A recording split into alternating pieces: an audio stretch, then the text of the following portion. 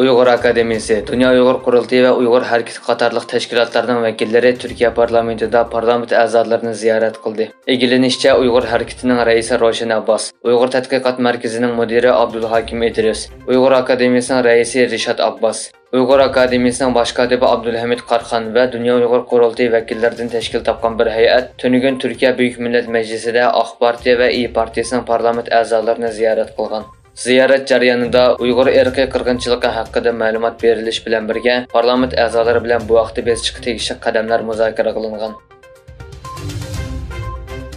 12-iyul kuni Amerika Davlat Majlisi qarmog'idagi Amerika-Xitoy strategik raqobat favqulodda komiteti Xitoy Kompartiyasining e'tiqodchanligi bo'lgan tahdidi dinlararo munozara nomli guvohlik anglash yig'ini o'tkazdi. Mazkur yig'inga Amerika-Xitoy strategik raqobat favqulodda komitetining raisi Mike Gallagher apandi riyosatchilik qilgan bo'lib, u ichilish nutqida mundaq dedi: Xitoy Kompartiyasi Xinjiangda irqiy qirg'inchilik yurgizyotidi. Ular jinoyatlarning ichidagi eng og'ir jinoyatni o'tkazyotidi.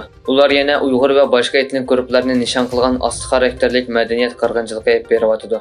Xinjiang, Shanxay, Beijing qatorliq joylarda dinga qarshi urush olib berayotgan Xitoy rahbarlarining bu urushda mag'lub bo'lishi muqarrar. Chunki ular e'tiqodliq va ruhiy erkin insonlar bilan urushyotidi. 7-yilning 12 kuni NATO'nun yetakchiligida Litvaniyada o'tkazilgan davlat boshliqlar yig'inida Xitoyga qarshi kuchli bayonot e'lon qilingan bo'lib, Xitoyning qattiq g'azabini qo'zg'agan. Egilinishcha, yig'inga NATO'ga a'zo davlatlardan boshqa yana Osiyo Tinch okean rayonidagi ittifoqdosh davlatlar taklif qilingan bo'lib, ular Hind Tinch okean rayoni xavfsizligini qo'g'dash sepiga qaytarilganligini bildirgan. Yig'inda e'lon qilingan birlashma bayonot amaliyotda Xitoy tahdidiga qarshi berilgan bayonot ekan. Bayonotda mundaq deyilgan: Xitoy Xalq Cumhuriyeti siyosiy, iqtisodiy va harbiy vositalarni qo'llanib dunyoga kengaymichilik qilmoqda. Yana kelib ularning bu strategiyasi g'araziy va harbiy qurilishi mutlaq maxfiy. Ular yana yomon g'arazlik tor hujumi qo'zg'ab, qarshi fikrdagilarni bostirib, saqt uchurlarni tarqitib, ittifoqdoshlarimizning xavfsizligiga ziyon solmoqda. Bu yil iyunda Xitoy eksporti bulturga o'xshash mezgildagi selishtirganda 13,4% tuvanlagan. Bu Xitoy virusi yuqumi boshlangandan buyangi eng chong tushish ekan. Dunyodagi davriylik to'xtab qolish va o'zining davlat ichi bozoridagi ehtiyojning tuvanlishi o'tgan oylarda Xitoy iqtisodining o'sish sur'atini ostlatgan. 2022-yildagi iqtisodning o'sish nishonini o'rnay olmagan Beijing doiralari 2023-yil uchun o'sish nishonini 5% qilib belgilagan. Xitoy Tashqi ishlar ministri Qin Gangning Indoneziyada o'tkaziladigan Sharq-Janubiy Osiyo ellar ittifoqi yig'iniga qatnasholmaydiganligining e'lon qilinishi diqqat qo'zg'adi.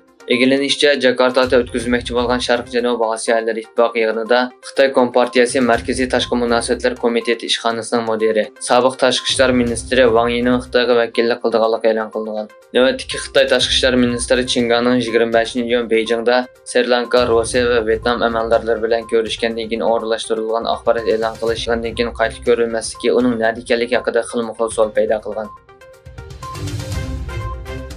Turkiya taratqullarining xabar qilishicha, Turkiya tashqi iqtisod munosabatlari kengashi, Turk sanoatchilar va savdogarlar jamiyati va Xitoy xalqaro savdoni qo'llash kengashi qatorliqlarning hamkorlashishida o'tkazilgan Turkiya-Xitoy savdo yig'inida ikki tarafning savdo dunyosining oldingi qatordagi shirkatlari raqamli o'zgartirish va kelgusini loyihalash shuari bilan Istanbulga yig'ilgan. Yig'inda ahli iqtidorli shahar, qayta hosil bo'lgan texnika, raqamli mulozimat, sun'iy idrok va behcha qatorliq sohalarda ikki taraf o'rtasida zo'r fursatlarning borligi o'ttirib qo'yilgan.